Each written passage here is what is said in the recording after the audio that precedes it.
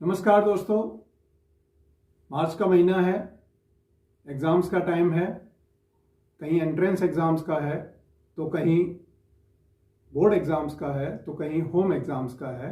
और ये एग्ज़ाम्स का जो टाइम है उस समय बच्चों के ऊपर कुछ एंजाइटी और स्ट्रेस डेवलप होना नेचुरल है। थोड़ा बहुत स्ट्रेस यदि होता है तो वो तो मददगार होता है, बट बियॉन्ड सर्टेन लिमिट्स यदि स्ट्रेस बढ़ने लगता है तो वो घातक होता है, बहुत नुकसान पहुंचाता है बच्चे को। तो ऐसे में पेरेंट्स क्या करें, ये सवाल मेरे पास आया है। तो मैं पेरेंट्स को एडवाइस करना चाहता हूं कि सबसे पहले बच्चे को ये एश्योर करें, यू डोंट वरी, हम तुम्हारे साथ हैं, पूरी फैमिली तुम्हारे साथ है, तुम्हारा स्कूल तुम्हारे साथ है, चिंता करने की जरूरत नहीं है, किसी स्ट्रेस में आने की जरूरत नहीं है। क्योंकि इस समय यदि आप स्ट्रेस बिल्ड करते भी हैं तो कुछ होना नहीं, उल्टा नुकसान होगा। इस समय वो कितना भी कोशिश कर ले, कितना भी पढ़ ले, सारा कुछ कवर नहीं कर पाएगा। जो छूट गया वो छूट गया।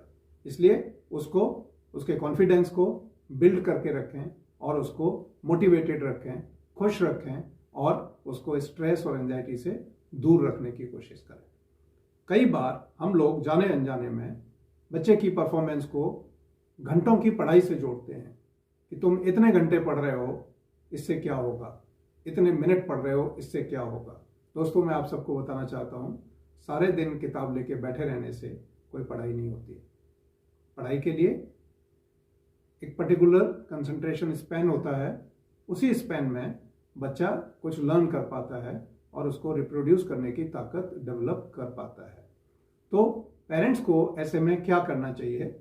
एक तो पहली बात, स्ट्रेस फ्री एनवायरनमेंट घर में देना चाहिए, बच्चे को खुश रखना चाहिए, बच्चे को स्वस्थ रखना चाहिए और स्वस्थ रखने के लिए उसके खाने पे, उनकी दिनचर्या पे, उसकी स्लीप पे, उसके रेस्ट पे ध्यान देना चाहिए, उसकी फिजिकल एक्टिविटीज़ पर ध्यान देना चाहिए। यदि उसको सही खाना मिल रहा होगा, क्योंकि इस समय हम सब लोग एडवाइस करते हैं कि बच्चे को बहुत ज़्यादा ऑयली खाना नहीं दिया जाना चाहिए।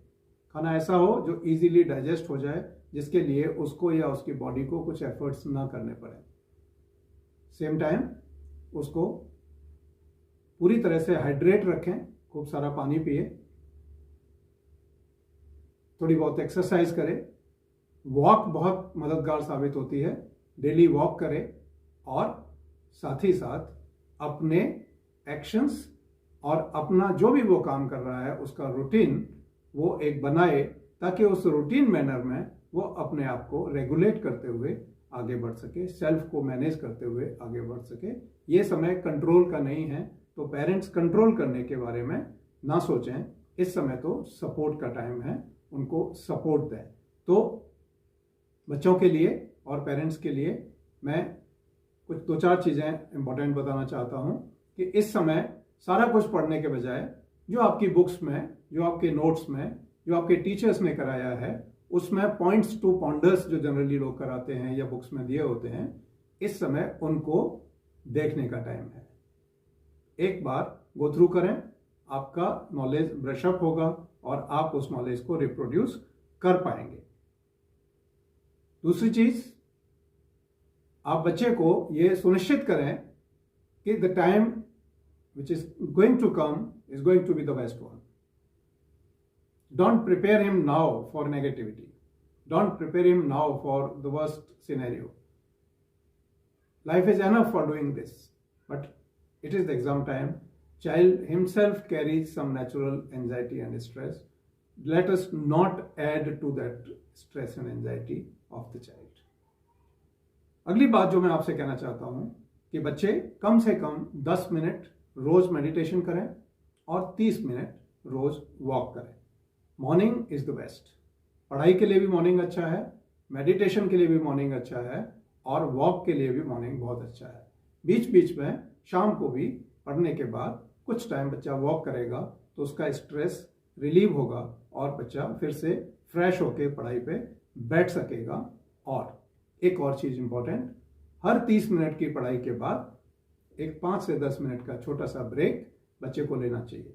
बड़े ब्रेक्स लेगा और लंबी पढ़ाई करेगा, जैसे 2 घंटे पढ़ लिए और 3 घंटे का ब्रेक ले लिया, नुकसानदायक है। वो 2 घंटे जो पढ़ाई की उसमें कुछ अचीव नहीं हुआ, और जो 2 घंटे रेस्ट किया उससे आपके अंदर लेथार्जी आई, आलस आया, तो उससे बचने की ज़रूरत है। तो इस पर भी ध्यान देने की आवश्यकता है। कुछ लाइट फिजिकल एक्टिविटीज़ कर सकते हैं, योगा कर सकते हैं, एक्सरसाइज कर सकते हैं, और मेडिटेशन तो आप करते ही हैं। एक मैंने आपको पिछले वीडियो में बताया था, स्ट्रॉ प्राणायाम। स्ट्रॉ प्राणायाम में क्या करना है, एक लंबी गहरी सांस नाक के थ्रू लेनी है और पूरा डायफ्राम भरते हुए उसको फोर्सफुली अपने होठों के बीच में एक छोटा सा स्ट्रॉ बना के आप जब रिलीज करेंगे सांस को, तो आपको बहुत रिलैक्सेशन मिलेगा। तो स्ट्रॉ प्राणायाम जरूर करें, ये आपको बहुत फायदा करेगा, और ये किसी भी समय किया जा सकता है। इवन एग्जाम पीरियड में भी, जब आप एग्जाम लिख रहे हैं और उस समय आपके ऊपर कोई स्ट्रेस या थकान आ गई है, उस समय भी आप 2-3 बार स्ट्रॉ प्राणायाम कर लें, कुछ बार डीप ब्रीथ कर लें, आपकी एनर्जी वापस आ जाएगी और आप फोकस कर पाएंगे। और सबसे बड़ी बात, बच्चों के लिए आपको स्ट्रेस फ्री रहना है। कोई भी स्ट्रेस आता है, कोई भी कंसर्न आता है, कोई भी दुविधा होती है, तुरंत अपने पेरेंट्स के साथ शेयर कर दीजिए ताकि आपका दिमाग खाली हो जाए। और पेरेंट्स से निवेदन है कि जब बच्चा अपने कंसर्न शेयर कर रहा है तो please don't be judgemental, accept them as it is and give the child confidence that don't worry, we are with you. This is not the last exam in your life. You have appeared in so many exams earlier, you will be appearing in so many exams later, but you don't worry. We will take care of you. 7 to 8 hours sleep is important, and it has to be proper sleep, not just lying down on the bed. Effective sleep time has to be 7 to 8 hours. So please watch whether your child is getting proper sleep or not. And कई बार कुछ बच्चे, कुछ parents हर आधा घंटे में 1 घंटे में चाय पी रहे हैं, कॉफ़ी पी रहे हैं, ये हेल्पफुल नहीं है। कैफीन को रिड्यूस करिए, cut on your caffeine, it is not useful for you. So be natural, take plenty of water, and whenever you feel tired, just stand up, stretch yourself, walk around, have some jokes, have some masti with the family, and then you can definitely bounce back for your studies again. So watch your thoughts, watch your actions, watch your environment, keep your ecosystem very cool, calm, composed, and stress free.